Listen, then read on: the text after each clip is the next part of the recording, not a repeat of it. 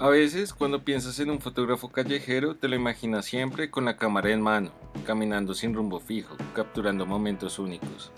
Pero la realidad es otra, y es que hay más detrás de cada disparo. No solo se trata de salir y presionar el obturador, sino de planificación, organización y, por qué no, de encontrar el lugar ideal para trabajar con comodidad. Hoy decidí cambiar de escenario, me alejé un poco de las calles y busqué un espacio donde pudiera enfocarme en otras tareas. Igual de importantes, elegí Starbucks y recuerden, esto no es una mención pagada. Ahí compré un café grande con esencia de canela y un croissant. Y déjame decirte, el café está increíble, pero ni hablar del croissant, una joya, porque sí, pequeños rituales como estos hacen que la jornada de trabajo fluya mejor. Un café bien hecho, un espacio tranquilo y el ambiente adecuado pueden marcar la diferencia entre un día caótico y uno productivo.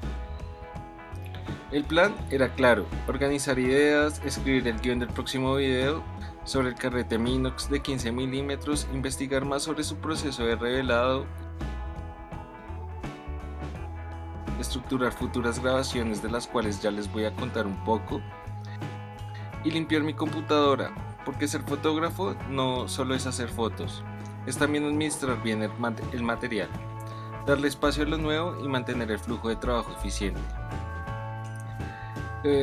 Les comento un poco de las grabaciones futuras que estoy estructurando y es explorar más a fondo el uso del tanque revelado del Load Tank, un sistema pensado para revelar película de manera más eficiente sin necesidad de un cuarto oscuro. Es una herramienta con historia, un clásico en los laboratorios fotográficos que aún sigue siendo útil hoy en día. Pero hay algo más, durante años he ido acumulando carretes sin revelar. Imagina tener un montón de recuerdos atrapados en pequeños cilindros de película, olvidados con el tiempo, fotografías que alguna vez capturé y que por distintas razones nunca llegué a ver. Ha llegado el momento de sacarlos de la oscuridad y revelar su contenido. ¿Qué habrán ellos? ¿Qué imágenes olvidé? ¿Qué momentos que ya no recordaba están ahí? Esto no solo será un viaje al pasado, sino una exploración de la incertidumbre que conlleva la fotografía analógica y mi proceso como fotógrafo analógico. Y aquí es donde surge una idea interesante. ¿Qué pasaría si encontrara carretes de desconocidos, de otros fotógrafos? Los revelaría y descubriría las historias ocultas en ellos. Esto será otro proyecto que exploraré, un viaje misterioso en el que cada rollo encontrado será un portal a momentos, lugares y personas que quizás nunca conoceremos, pero que dejaron su huella en la película. Y mientras organizaba todo me di cuenta de algo esencial, este tipo de días también forman parte del proceso creativo. No solo es disparar y editar, sino también tener momentos de pausa, de análisis y de planificación. Y de aquí nace una idea más grande, una serie de videos para fotógrafos callejeros, donde no solo hablaremos de capturar imágenes, sino también de cómo y dónde trabajar, cómo organizarse y lo más importante, cómo encontrar esos lugares clave para hacer de la fotografía un estilo de vida. También quiero llevar la experimentación un paso más allá.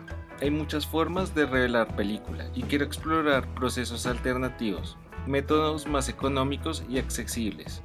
Por ejemplo, ¿sabías que puedes revelar película con una mezcla de etanol y café soluble?